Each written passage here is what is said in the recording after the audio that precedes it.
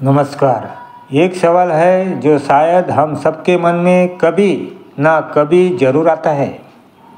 एक ऐसी पहेली जिसने हमें सदियों से उलझा रखा।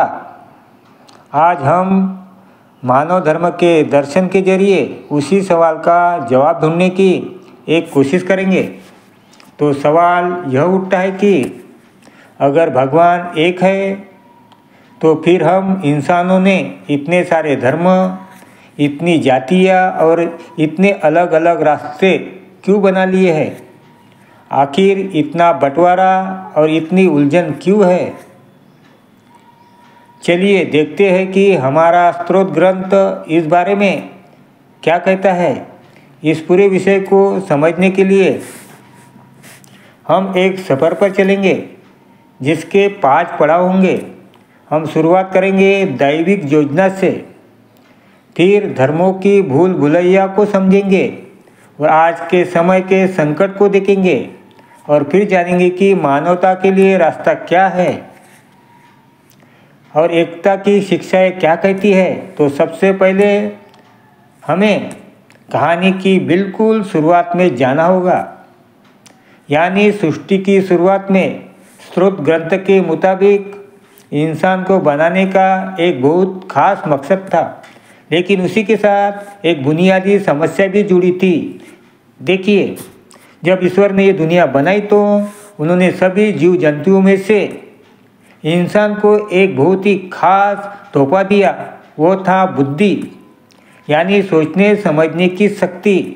और इसका मकसद बस एक था कि इंसान अपनी इस समझ का इस्तेमाल करके उस बनाने वाले को यानी परमात्मा को पहचान सके।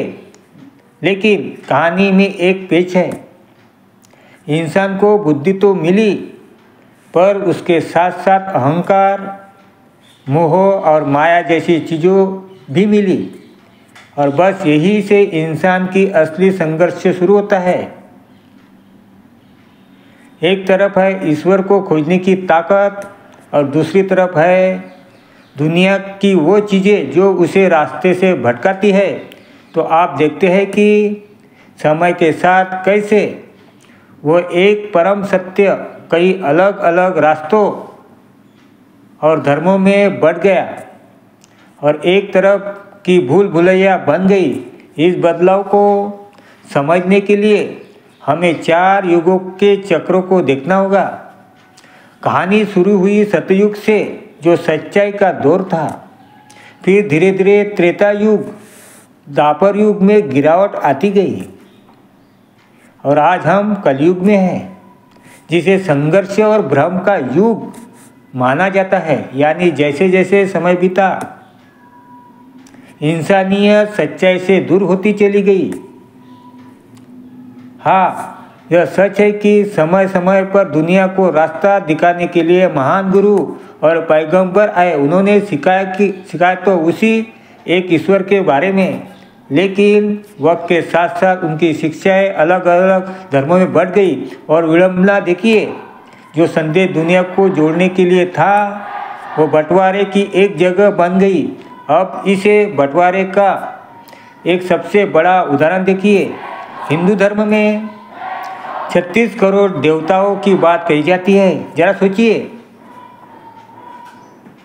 एक ईश्वर का सीधा साधा विचार इतने सारे रूपों में कैसे उलझ गया होगा कि एक आम इंसान के लिए उसे पाना मुश्किल है। लेकिन हमारा स्रोत ग्रंथ हमें याद दिलाता है कि असलियत कुछ और है। ईश्वर का कोई रूप नहीं, वो निराकार है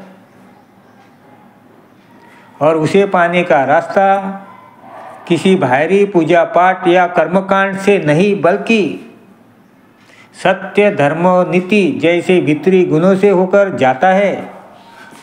चलिए अब सीधे आज के समय पर आते हैं, यानी कलयुग में। स्रोत ग्रंथ के अनुसार यह युग उन गंभीर समस्याओं में घिरा है जो हमें सच्चाई से बहुत दूर ले जाती है। आज हम अपने चारों तरफ क्या देखते हैं? झूठ, बेईमानी, भ्रष्टाचार, और जुल्म का बोलबाला यह सिर्फ बाहरी समस्या नहीं बल्कि यह दिखाती है कि इंसान की भीतरी हालत क्या हो गई है, जहाँ स्वार्थ और अहंकार सबसे ऊपर आ गई है। और यह जो संकट है इसकी जड़ें बहुत गहरी है। जहाँ सच होना चाहिए था वह अंधविश्वास ने अपनी जगह बना ली है। समाज को काम के आधार पर जातियों में बंटवारा नफरत पैदा कर दी है।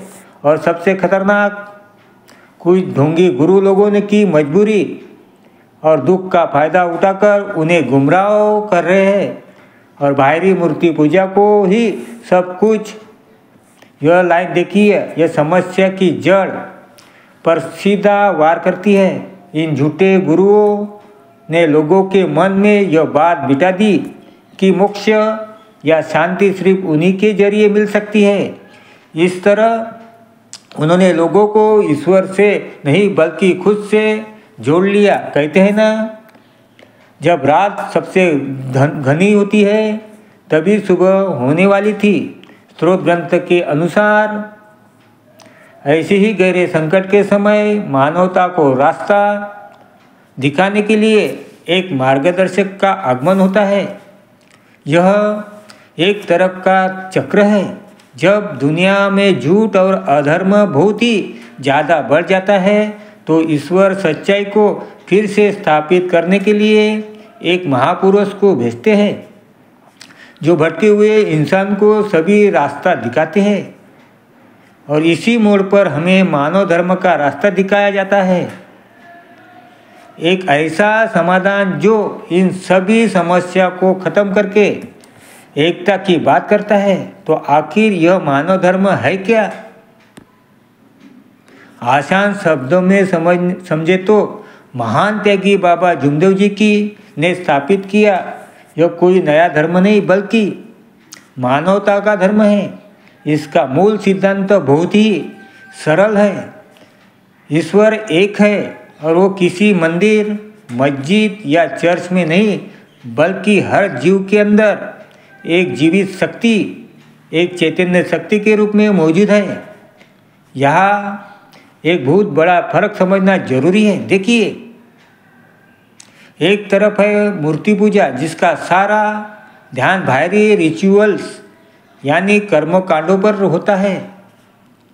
वही दूसरी तरफ निराकार ईश्वर की खोज जो एक भीतरी एहसास, एक आंतरिक अनुभव है। मानव धर्म इसी पर जोर देता है। बाहरी रूपों को छोड़कर उस एक अंदरूनी शक्ति को पहचानो जो सब में एक है और हम सबको जोड़ती है। तो सवाल यह है कि रास्ते पर चला कैसे जाए? इसके लिए 3 बहुत ही सीधे सादे नियम है। सत्य, मर्यादा और प्रेम। यानी अपने हर काम में सच्चे रहो, अनुशासन और इज्जत के साथ जियो और हर जीव के लिए अपने दिल में प्यार और दया रखो। और आखिर में इस पूरे दर्शन का सार बस इस एक लाइन में छुपा है। यह सुनने में बहुत सरल है लेकिन बहुत गहरी बात है। सारी पूजा, सारे धर्मग्रंथ, सबका आखिरी मकसद बस यही तो है ना कि इंसान इंसानियत के रास्ते पर चले। तो यह विश्लेषण हमें एक बहुत ही ज़रूरी सवाल पर लाकर छोड़ देता है। अगर असली मंजिल सिर्फ एक अच्छा इंसान बनना है तो क्या हम वाकई उस रास्ते पर चल भी रहे हैं? इस पर विचार जरूर कीजिए। सभी को नमस्कार।